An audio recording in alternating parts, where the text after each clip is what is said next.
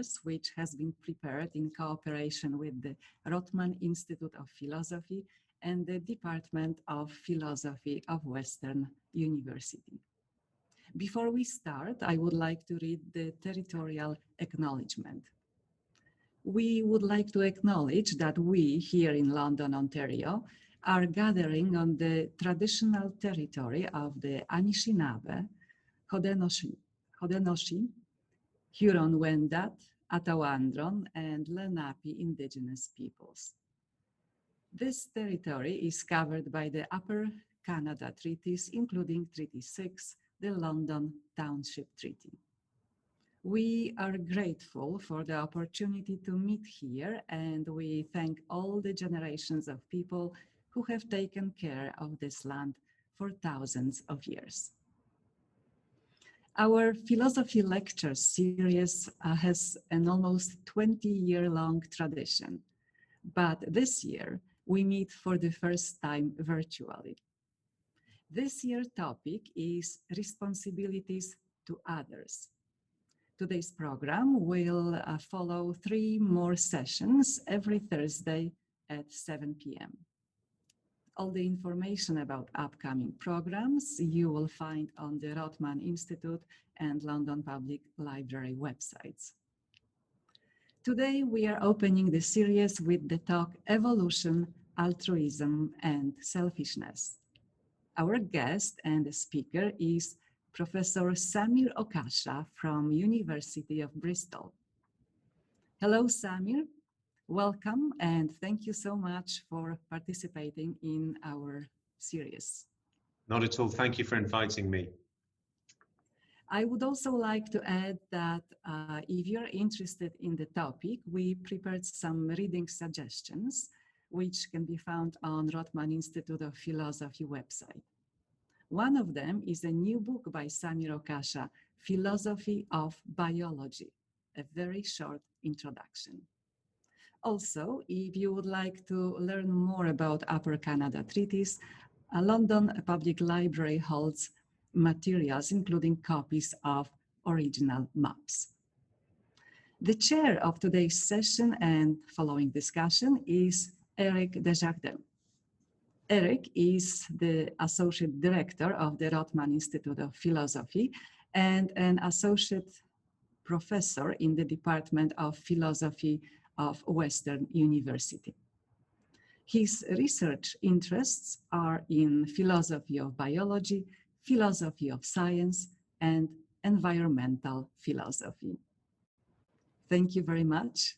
Enjoy the program, and I will ask Eric to introduce the speaker. So thank you, Margaret, for this very good introduction. Actually, I don't have much more to say, given that you've given us a very good introduction both to the series and also said a little bit about Samir.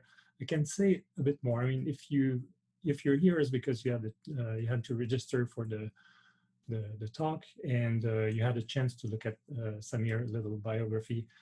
So you know he's working in philosophy of science and philosophy of biology. He's well established in these 2 fields. And I'm just going to maybe say a little bit a little bit of anecdotes that might help you understand how pleased and honored we are to have Samir with us. So first of all, this has been a 2-year wait for me to be able to host Samir.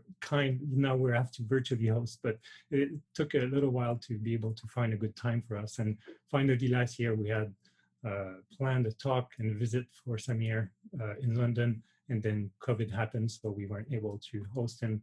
But he gratefully accepted to be part of this series this year. So thanks a lot, Samir. We really appreciate that. And just a little anecdote, just to tell you how Samir. So I said earlier, so he's well established and he's well known. Samir is also well known in science, not just in philosophy. A couple of years ago, I actually was invited to give a talk in a workshop in Münster in Germany. And I was practically the only philosopher there. And often in those occasions, you'll meet a lot of new people. And if they know a philosopher they will ask you, actually, do you know this guy? Or do you know this person? And the one person that kept coming up over and over during that workshop was actually Samir. People actually really knew about his work and were really impressed by what he was doing. So, and this was from biologists across all ranges. So we're really honored and pleased to have you with us, Samir. And so with no further ado, I'm gonna let you talk about altruism. Okay, thank you very much, Eric, for the generous introduction, and to Margaret for introducing the whole session. So I'm just going to share my screen so you can see my PowerPoint slides. I now hope that I'm sharing with you my PowerPoint slides. Eric, could you nod if you could see them? Great. So the title of my talk today is Altruism, Selfishness, and Evolution. And the themes are as follows. Firstly, this contrast between altruism and selfishness, between altruistic behavior and selfish or self-regarding behavior, what's sometimes called egoism or egotistical behavior, looking out for yourself versus others. That's the basic contrast. Secondly, I'll contrast psychological versus biological meanings of the term altruism, these two alternative concepts, if you like, of altruism, one relevant in the human domain and the other in the animal world. Then I'll talk a bit about altruistic behavior in non-humans and focus on the question of how it can evolve by natural selection. Okay, let's start by considering a bit the meaning of the term altruism. In everyday parlance, when we refer to an action as altruistic, what we're talking about is the motivation with which it was done. So if I describe someone who gives up their Saturdays by volunteering in a local charity as behaving altruistically, what I mean is that they're trying to assist others. They're sacrificing their own time to help others. Or if I describe someone who gives their last pound to help a homeless person or something, then as altruistic, again, what I'm saying is that their behavior intended to assist others at a cost to themselves. And it's important to note here that the action's actual consequence is irrelevant.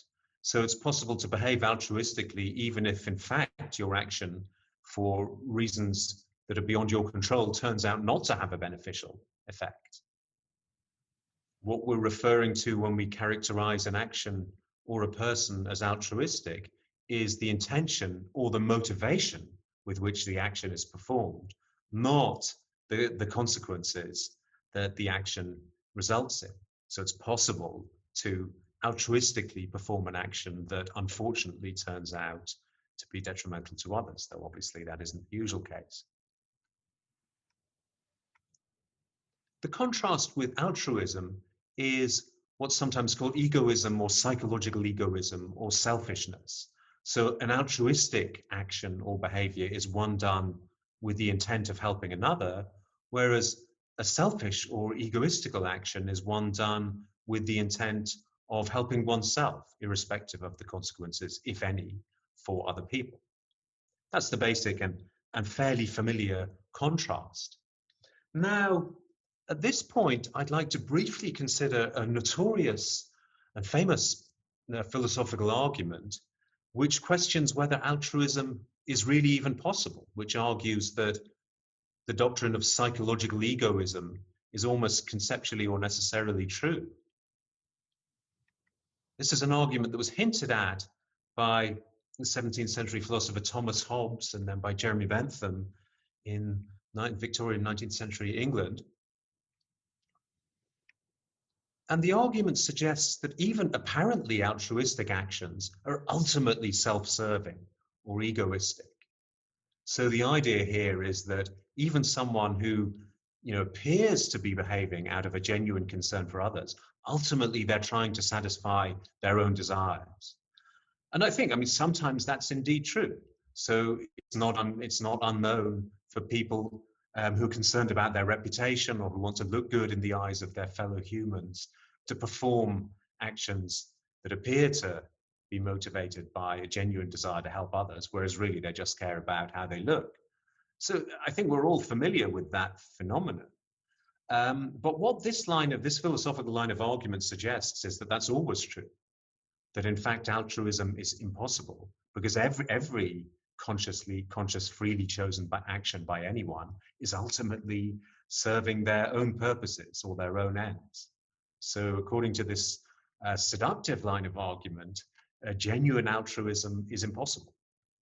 I say, along with many other philosophers, that this is not a good argument, but it's instructive to ask why not. And I think to see why not, we need to attend to an important distinction.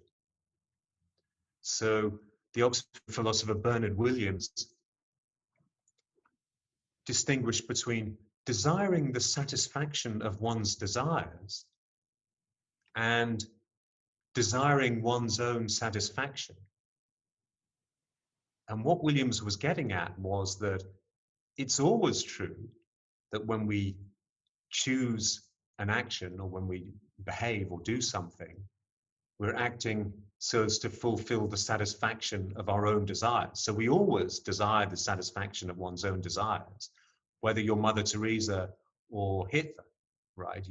That characterizes action, voluntarily chosen action. But that's very, very different from desiring one's own satisfaction, which is what the selfish or egoist does exclusively, whereas an altruist desires not their own satisfaction, but another's. The distinction, essentially the same distinction, was characterized differently by the Cambridge philosopher in the 1920s, Charlie Broad, who wrote that it was important not to confuse the ownership of an impulse with its object. So what Broad is saying is that because you yourself are the person who performs an action, that doesn't mean that the object of the action, the person you're trying to benefit, is necessarily yourself. So this was a diagnosis of what's going wrong with that argument that suggests that altruism is impossible. Okay, so let's take it then that altruism is at least theoretically possible among humans. It hasn't been ruled out by a very general philosophical argument. And that leads us to the question of whether there's any empirical evidence that it exists. And indeed, there is. So modern psychological and economic experiments strongly suggest that people have what are sometimes called other regarding preferences. That's to say that the welfare of other people genuinely matters to many human beings, particularly their close acquaintances and kin, just as common sense would have you believe anyway. I mean, this is perhaps only news for economists. But in any case, the suggestion that we now have converged on through this psychological work and economic work is that people do genuinely appear to care about others and are sometimes willing, in fact, to sacrifice their own financial, for example, gain to assist others. And this, I think, ties in with everyday observation. So it suggests that the true picture of human motivation is some sort of mixture of altruism and egoism, depending on the context, depending on the people involved. Okay. Now I'd like to shift gears and discuss the contrast between altruism and selfishness, not in relation to human affairs, but in biology, where the terms have a somewhat different, though related, meaning. I think this difference in meaning is quite interesting, in that the terms are often used in the context of biological studies of animal behavior, and indeed the behavior of plants and microbes too. Altruism and selfishness are used to describe the behavior of many, many different creatures from all different kingdoms of life. And it's important to see that there's a different concept at work here because, I mean, clearly insects and microbes don't have complicated psychological lives, so presumably are not capable of consciously trying to benefit either themselves or anybody else. I mean, they're basically following chemical impulses. It's unclear whether they really have psychological states at all. So what does it mean to talk about a behavior being altruistic or selfish if the organism reproducing the behavior as an insect? Well, when we talk about biological altruism, what we mean is an action or a behavior which benefits another at a cost to self. So an animal that behaves altruistically does something which in fact is beneficial to others, but at a cost to itself. And this is quite common in the biological world. And the crucial thing to notice here is that the costs and benefits are tabulated and measured in terms of what we call Darwinian fitness, roughly, which means surviving and reproducing. So in short, an animal which behaves altruistically reduces its own chance of surviving to adulthood and leaving offspring, but benefits someone else's chance of that, usually a conspecific.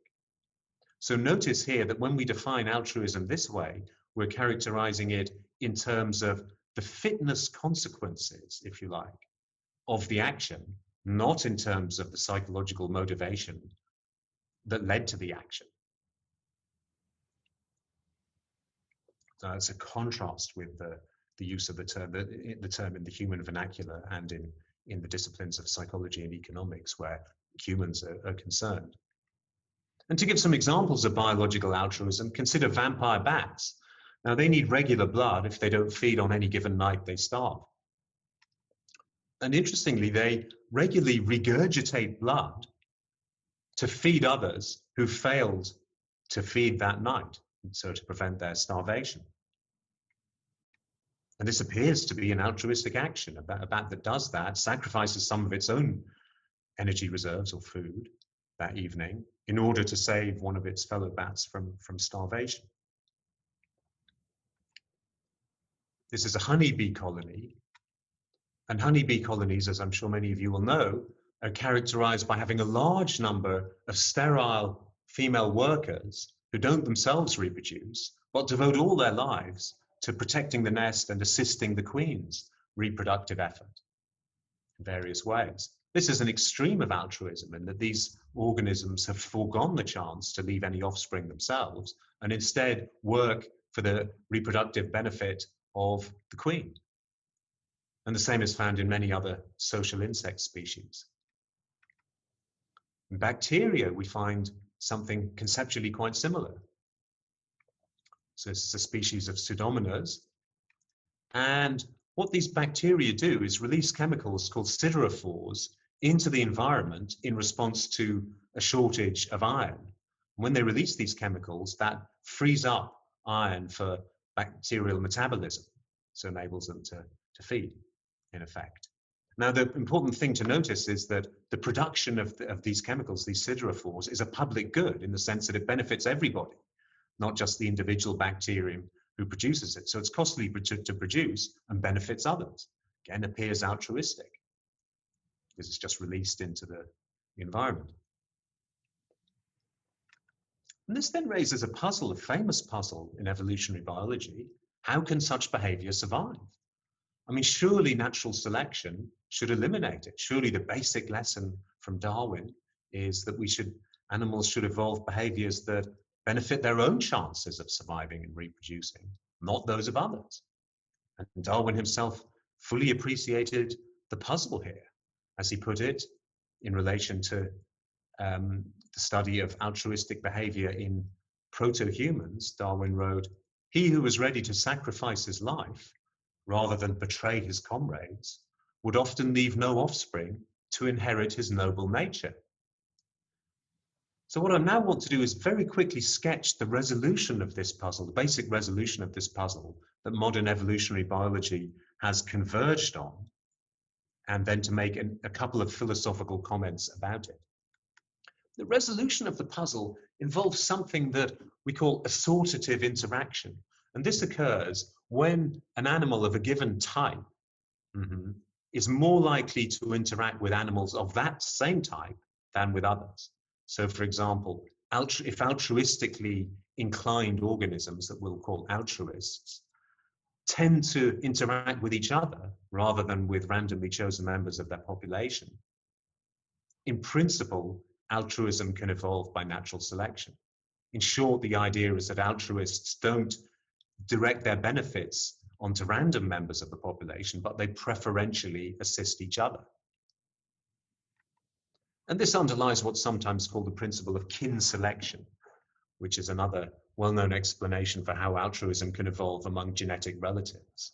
And it's an empirical fact that the vast majority of examples of altruism in the living world, including the three I just gave you, are among organisms that are fairly closely related. This principle associated with the English biologists Richard Dawkins and William Hamilton in particular, now a widely accepted part of evolutionary biology. And to explain exactly how this works, let's think about a simple social interaction. We imagine organisms that interact in pairs, and there are two strategies or behaviors that an organism can follow. An organism can be altruistic or it can be selfish, and assume that these behaviors are just sort of genetically hardwired. Obviously, an enormous simplification, but just to get the basic logic of the point across. And here we show the payoffs arising from the possible interactions. So if two altruists meet, they each get 6 units of payoff. If two selfish organisms meet and interact, they each only get 2. Notice, though, that if an altruist interacts with a selfish organism, the selfish one gets 10 and the altruist only gets 1. And this has the structure of what's sometimes called the prisoner's dilemma, if anyone knows about that. So the organisms interact in pairs. The payoffs then, these refer to increments of fitness, which you can think of as boosting the chance of surviving and reproduction. So basically more is better. That's all you need to know about the payoff. And then we assume that the type breeds true.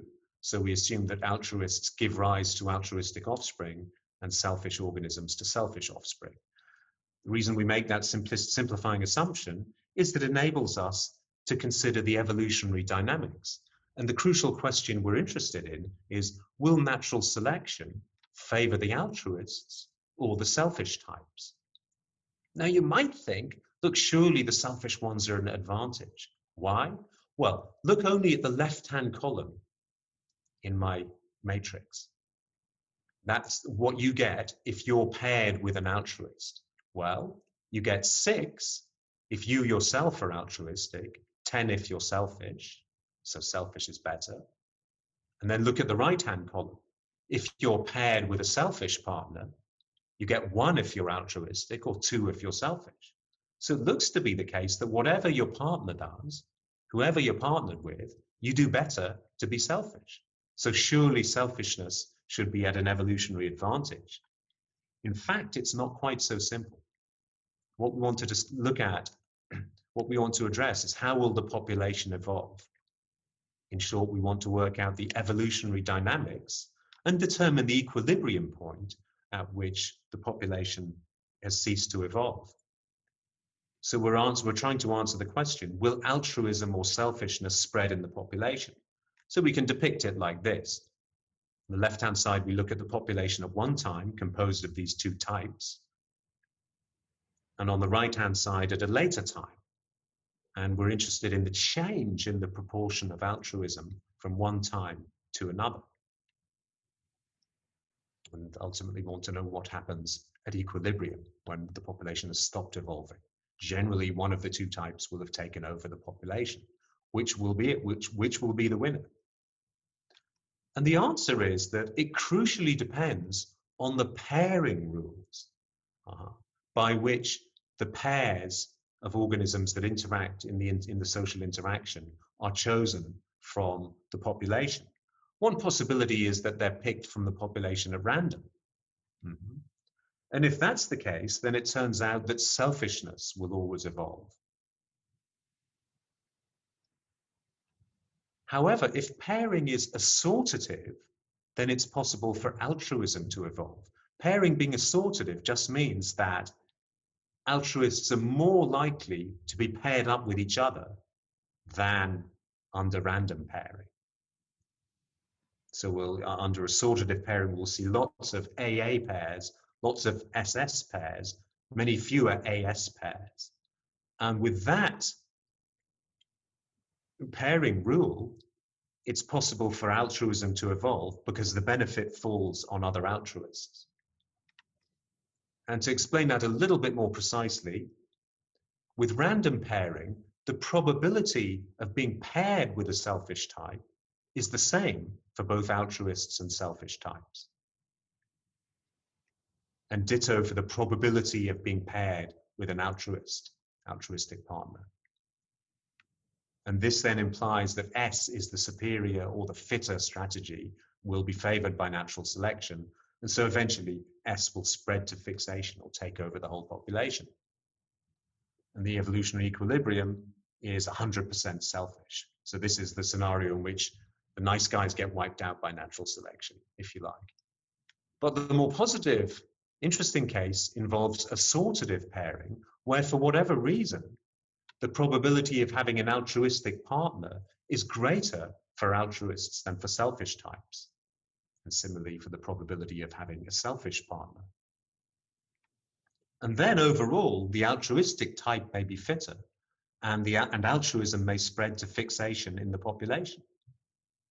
So that's the crucial thing you need. You need social interactions not to happen at random, but to have this assortative structure where altruists tend to interact with each other. And in many species, empirically, we do indeed find that altruistic actions are predominantly directed towards close kin. And you see close kin are genetically similar to each other, so tend to share genes more than average. And so that then increases the probability that the beneficiary of the altruistic action will themselves be an altruist. So helping your close kin or your genetic relatives is a good way of ensuring this assortative condition is met in the pattern of social interaction, because close kin share genes. And this, in fact, is what underlies Richard Dawkins' famous selfish gene concept, which I'm sure some people will have come across. This is the idea that evolution is ultimately not about individual organisms, but about genes looking out for themselves, trying to promote copies of themselves in the population.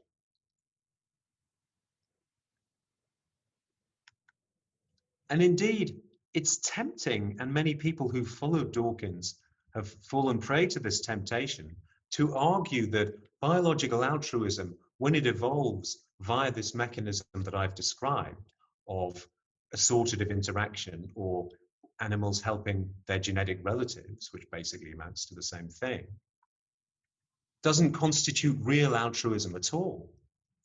Dawkins' arguments have sometimes been taken to show that what looks to us to be altruism in nature really is genetic selfishness, in that it arises from genes, from selfish genes, coding for or causing behaviors in the organisms in which they find, which ultimately help those genes, because copies of the genes are found in other organisms. And so from that line of argument, it's seemed to some people that genuine altruism isn't really a possibility. So the altruism is only apparent. However, this too is a fallacy.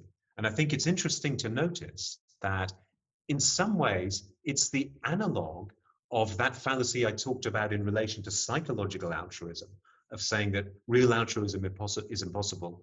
Every action is ultimately selfish. We thought that was a fallacy in the psychological case.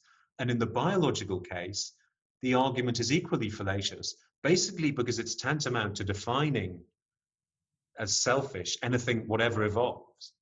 It basically is tantamount to saying that by definition, if a behavior or action is favored by natural selection, then it must be selfish. So that rules altruism out by definition, if you like, just as the analogous argument in the human case, coming from Hobbs and Bentham, threatened to rule true altruism in the psychological sense out by definition. So I say this too is a fallacy. So quickly to conclude then, what I've been focusing on in today's lecture is the distinction between altruism and selfishness or selfish behavior considered both as, firstly, as ideas about human motivation, and secondly, as types of biological behavior. And I've used the expression psychological altruism versus selfishness to describe the first concept, and biological altruism versus selfishness to describe the second. And I've stressed that these are independent concepts, and that the biological concept can apply even to organisms that don't have complicated psychological lives at all, don't even have nervous systems, in the case of bacteria. So these are distinct, but nonetheless related concepts. And in both cases, there's a tempting but ultimately fallacious argument for saying that the altruism is really selfishness in disguise. And so for arguing on sort of quite general a priori grounds against the possibility of genuine altruism. And I've suggested that we should not be tempted by the argument in either case. Okay, thank you very much.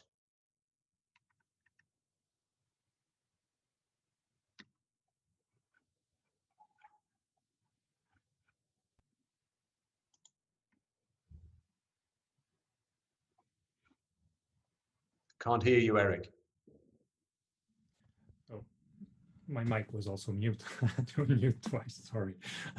Thanks for letting me know. So now we're going to move on to the part where you can actually ask questions to the speaker. To do so, I would ask you to use the Q&A function that you find. For me, it's at the just the bottom of my screen. And so the questions are going to be somewhat filtered by someone in the background. So it's possible that even if you have a question here, that it's not necessarily going to be answered, or that we're going to put them together if people ask similar questions. So and to see what is going on for Q&A, I'll have to just open up a different document here. Just give me a sec. Okay, well, maybe I'll just start by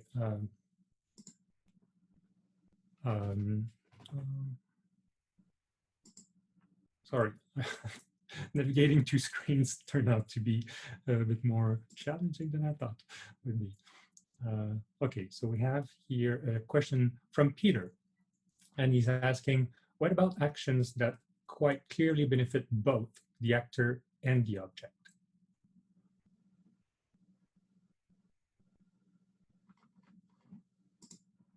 Yeah, thanks. That's a good question, Peter. So sometimes the term cooperation is used for such actions, as opposed to altruism, which imposes a cost on the actor but benefits others.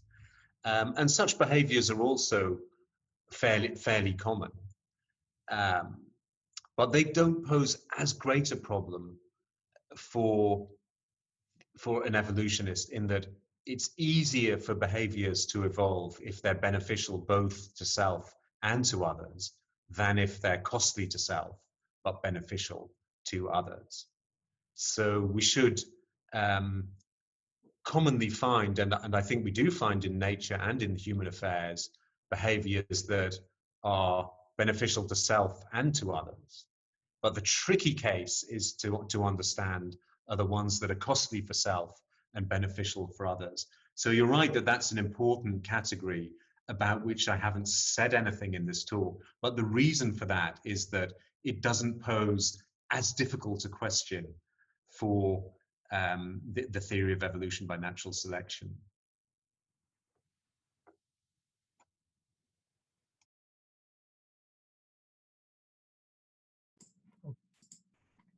Thank you.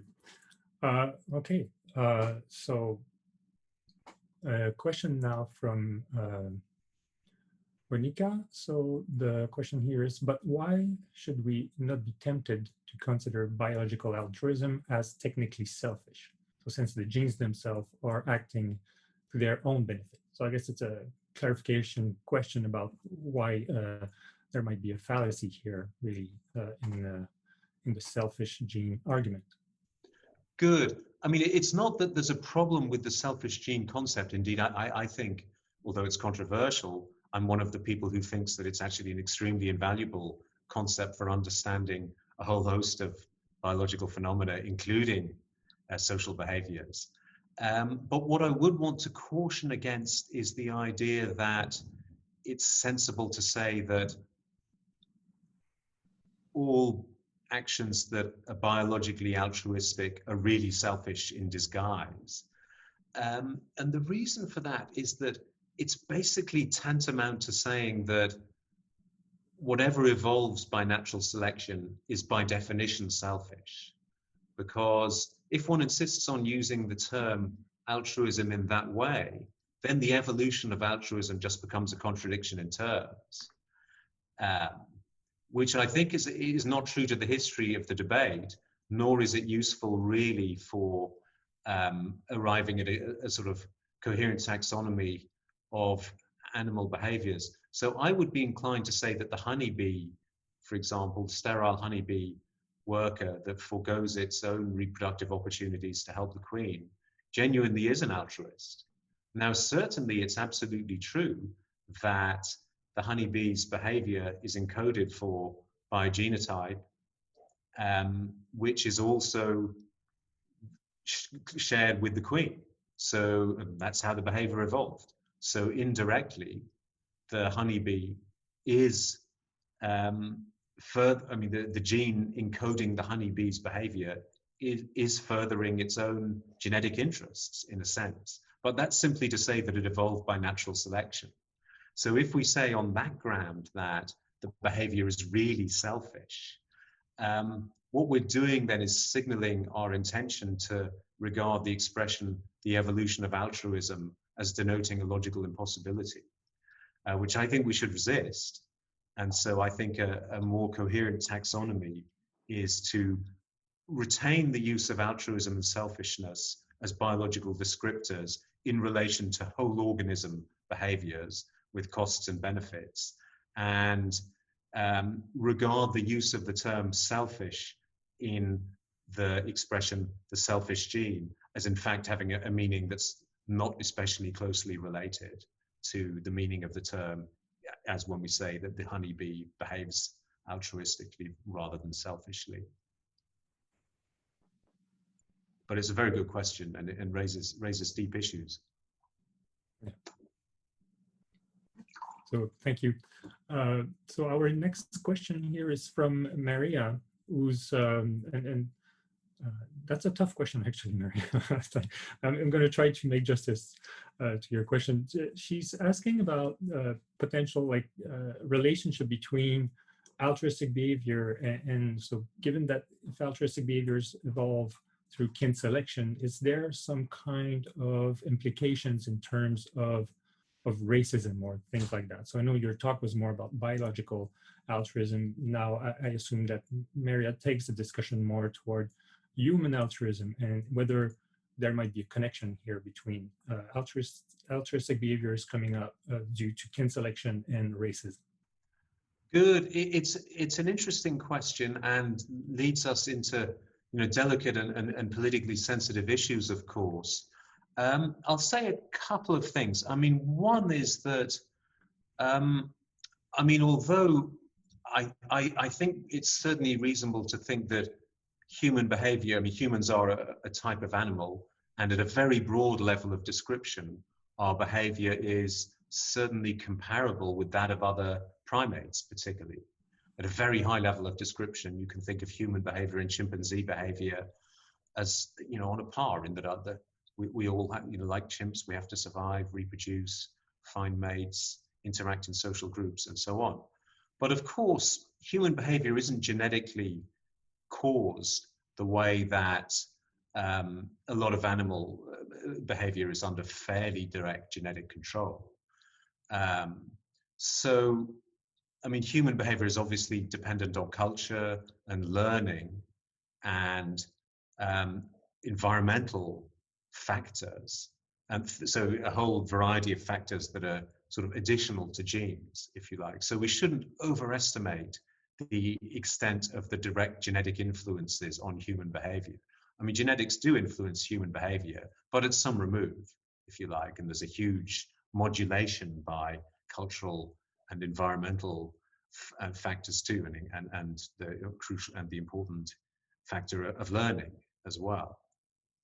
So, but having said that, if one wanted to derive an implication, a broad brush implication for what you'd expect from the theory of kin selection to find among humans, then I think nepotism is the most immediate behavior you would expect to find, rather than racism per se. I mean, I think the basic prediction would be that people behave very differently towards their kin than towards strangers. And I think that's empirically true.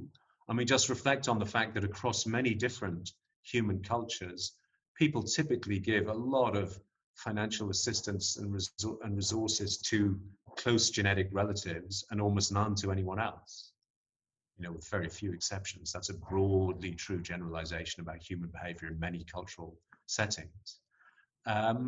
So that's, you know, that behavior of responding differently to kin and non-kin, I think, is the basic prediction of kin selection. Whether we should expect a biological basis for xenophobic or racist behaviors is a controversial and much debated issue.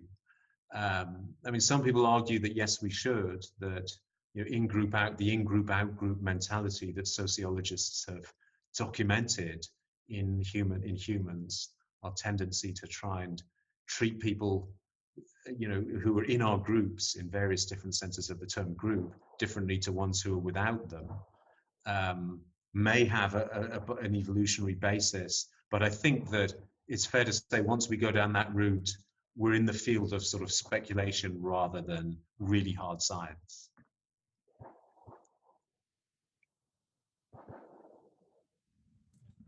So thank you, Maria, for that question and for the answer as well.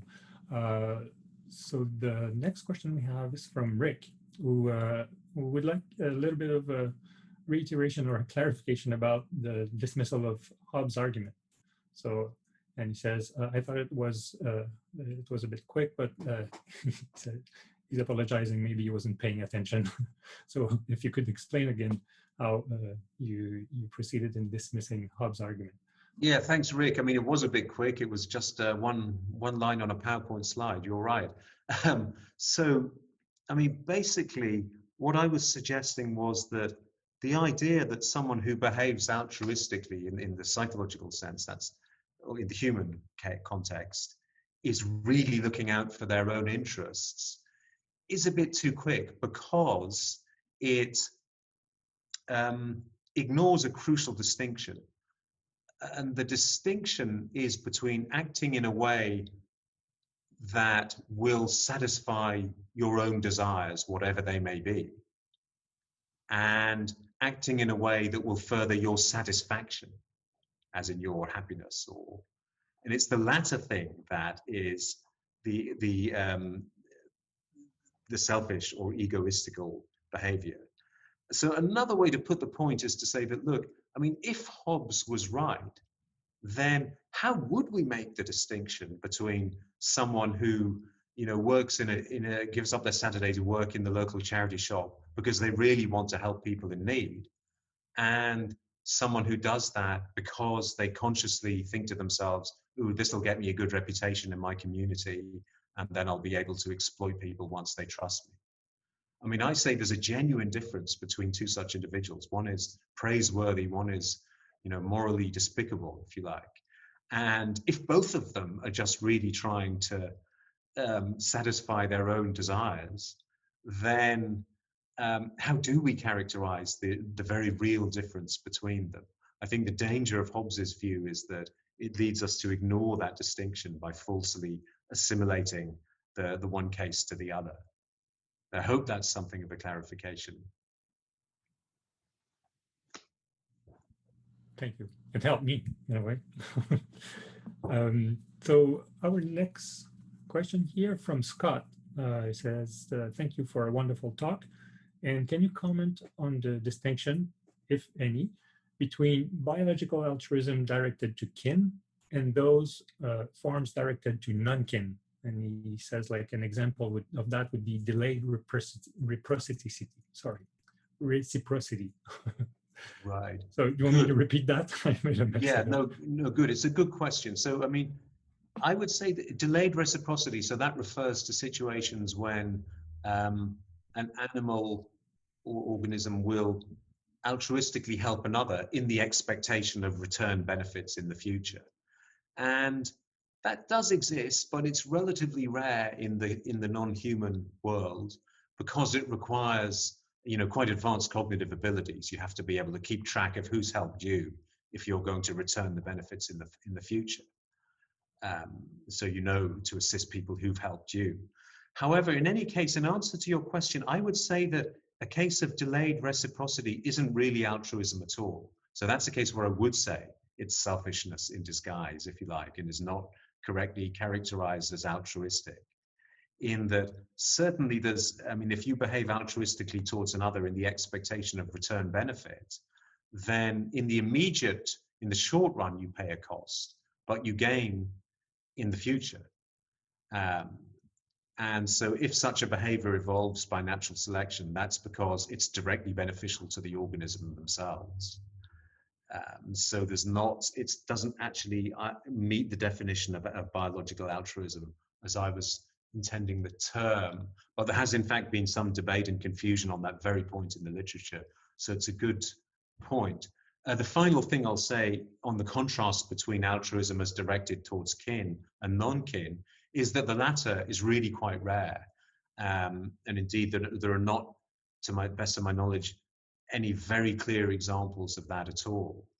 Empirical studies almost invariably find that where we find animals behaving altruistically, then it's towards their relatives. I mean, sometimes because they can tell who's their relative and who isn't.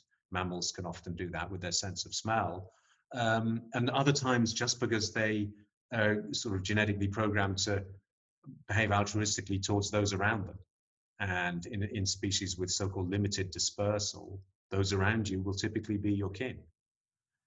So in that way, the benefits of the altruistic behaviors fall on kin.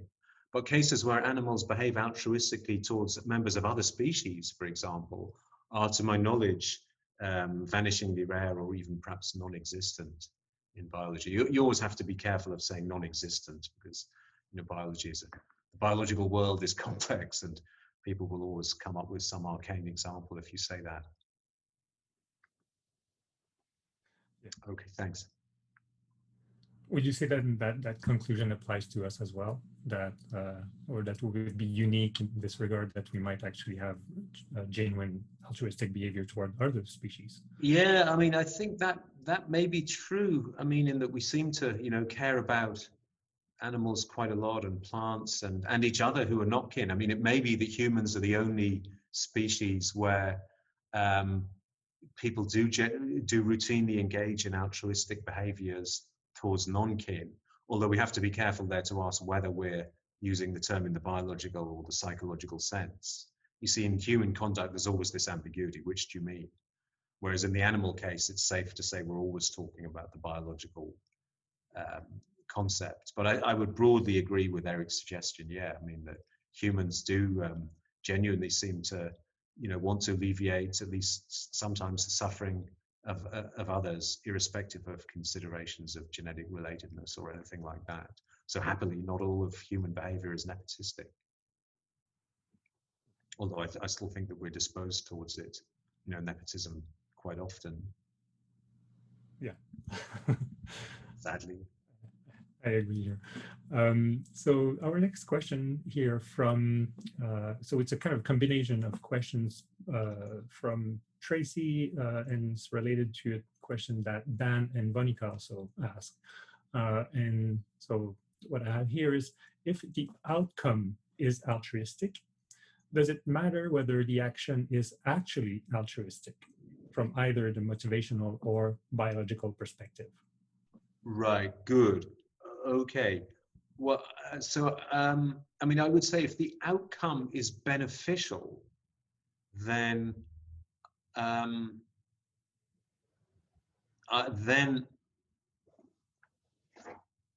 if we're talking about the motivational, I mean, maybe my problem is I don't quite understand what it means to say if the outcome is altruistic. So let's say, I mean, if the outcome is in fact that some benefit is bestowed on another.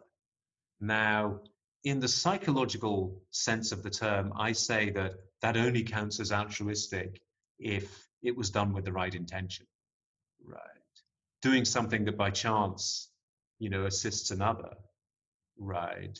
If that wasn't your intent, that's not altruistic. So if you free up a parking bay just because you've finished your shopping, you're going home, and that confers an enormous benefit on someone else, it enables someone else who's desperately trying to get a loved one into hospital or something to park there, then that's not an altruistic action, even though it conferred an enormous benefit. It's not the reason you did it, it was just you didn't need the parking bay anymore, not that you were trying to help another. So I would say the considerations of motivation are essential if we're trying to apply the concept of altruism in the human psychological sense. In the animal case, I would say that what matters is really that the action had a certain effect, and that's what we're talking, or that at least that the action usually has that effect. That's what we're talking about when we characterize the action as altruistic. But it's important to note that, I mean, these are just, ultimately definitional choices, although I think well-motivated ones, because I think they carve out interesting concepts. The one case when the biological altruism concept is scientifically interesting, it picks out a real important phenomenon in nature. The psychological altruism concept, I think, is important because it ties in with how we use the term ordinarily and with how we attribute praise and blame in the human case. We do attend to the motivation with which an action was done, not just its consequence, when we're trying to decide if someone's praiseworthy or blameworthy. So I hope that clarifies the situation a bit. Yeah, thanks. So yeah, we have time for a few more questions. So the next one here is from Yen Tong. And Yen Tong is asking about whether or not it's possible for altruistic action to not only be attributed to individuals, but also possibly to groups. So if a group of agents can actually act altruistically. Ah, interesting. I mean, there's more to it, but so if you want more detail, I can. Okay. Well, my first reaction to that question is to say, I think it's only in certain cases that we would want to talk about a group doing something or behaving at all. I mean, certainly we sometimes talk that way when we say that the committee made a decision, or the government or the football club decided to relocate, or the government acted to prevent X, Y, or Z. So we sometimes apply make behavioral attributions to groups. And I suppose we could do the same in the animal world sometimes when we say that, I don't know, the colony split into two or something, or swarmed, the bee colony swarmed or something. But ordinarily, I take it that when we talk about behavior, we're thinking about an individual rather than a group. However, groups are relevant in a different sense to this question of how altruism can arise and evolve, in that one idea that's been around for a long time and that Darwin himself hit on is that although altruism is individually costly, it may be beneficial for groups. So if you imagine group-on-group competition, like tribe-on-tribe conflict, for example, then it's quite possible that tribes containing altruistic individuals will outcompete tribes containing selfish ones. And that's sometimes called the hypothesis of group selection. And Darwin himself, in his book, The Descent of Man, in 1871, sketched a possible scenario by which altruistic behaviors could evolve through a mechanism of evolutionary competition between groups rather than between individuals. Now, that's been a controversial hypothesis, but the important point for now to notice is that whether or not that hypothesis, that evolutionary mechanism, of group-on-group competition is true. What it explains is still an individual behavior, right? An individual altruistic behavior. So it explains why individuals might have evolved these dispositions to behave nicely and altruistically towards their fellow group members. So I still would say that that's not to treat altruism as a property of a group, although it is to involve the group in the explanation of how it is that that individual altruistic behavior evolved. Yeah, thank you.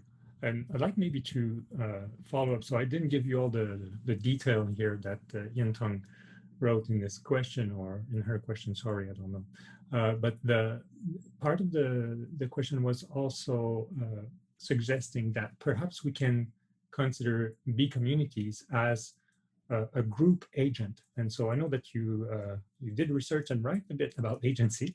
You published a book recently about that. So maybe you want to comment on that part of the question, whether a bee community could be considered as an agent. Yeah, I mean, that's a very interesting question, and is somewhat different from the topics we've been discussing this evening so far, of whether we could sensibly ever think of a collective organism, if you like, as an agent or as an individual itself, as some people will say. I think that the answer is yes in certain cases. So if you think, I mean, why does it make sense to say that a committee made a decision rather than an individual? Well, basically, we can only talk that way when there's a fair degree of consensus among committee members. So when there's a sort of cohesion or unanimity, if you like, among the members of a group of humans, then we sometimes talk about the group as if it were an agent itself. And I think the same is broadly true in the biological world. So in the honeybee case, we can indeed think of the whole honeybee as one superorganism, and this indeed is a common way to think. Because it is characterized by a kind of unity of purpose, if you like, in that, broadly speaking, every bee within the honeybee colony is looking out for the common good, is working for the good of the whole. But there are many other animal groups, and indeed it's the more typical case, in which there's a huge lot of internal conflict. So many ant colonies are not much like that. Rather, they're characterized by enormous conflict and by fights between the ants within the colony. Not all. It depends. Many mammal social groups are like that. I mean, a buffalo herd, I would say is certainly not an agent or an individual in that sense, because the individual buffalo are not all working for the good of the herd, but by and large, are looking out for their own interests. So I think it's only in very specific contexts that we can think of an animal group as itself agent-like, or what's roughly the same as a superorganism.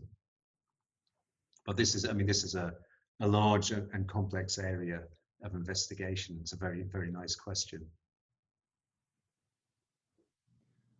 Okay, thank you. So maybe we're going to ask one more, and so then I apologize for those who wrote very good questions, but we didn't have time to go through the whole list. So this question here is from Roberta, and she's asking about empathy. So she says, when the other is not recognized as another, but as oneself, a pig will nurse a puppy, for example. So I will benefit more altruist because I want to live in a world which is beneficial and not threatening. Also, the last part here, I'm not sure, but so the question here is about empathy, or I guess the evolution of empathy. Right. I mean, that's a really nice question, actually, and that touches on some sort of rather difficult questions, both scientifically and philosophically. And I think the main question it raises is how human emotions, like empathy, could have evolved and why. And I think those are, it's actually very difficult to know, in that, I mean, if you confine attention to talk about behavior, as I was largely doing, then it's easier to see the kinship with the animal world. But if we start talking about aspects of human psychological lives, such as our capacity for empathy, that plausibly enough are unique in the human lineage, that are not found, although we don't know for sure, but it seems plausible to say that that relies on advanced, psychological factors that are probably not present in many non-human animals, if any, then it becomes much harder to sketch plausible evolutionary stories and indeed to tell a story at all. However, there is a considerable body of discussion concerned with human emotions and to understand how they could have evolved.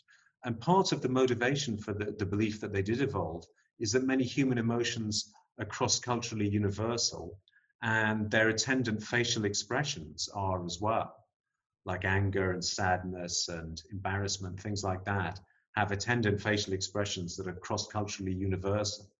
Empathy is a particularly difficult case because I don't think it does have an associated facial expression, but nonetheless is obviously a genuine emotion that people feel. So unfortunately, I don't have a good story to tell about why the experience of empathy may have evolved, what good it may do. But I presume it's something to do with facilitating bonding and facilitating beneficial social interactions with fellow group members or fellow family or extended family members. My guess would be that that's how the evolutionary story will go. Good. I like that story. Or the beginning of that story. So I would like to, normally we would clap here and thanks Samir for this wonderful talk and those very good answers.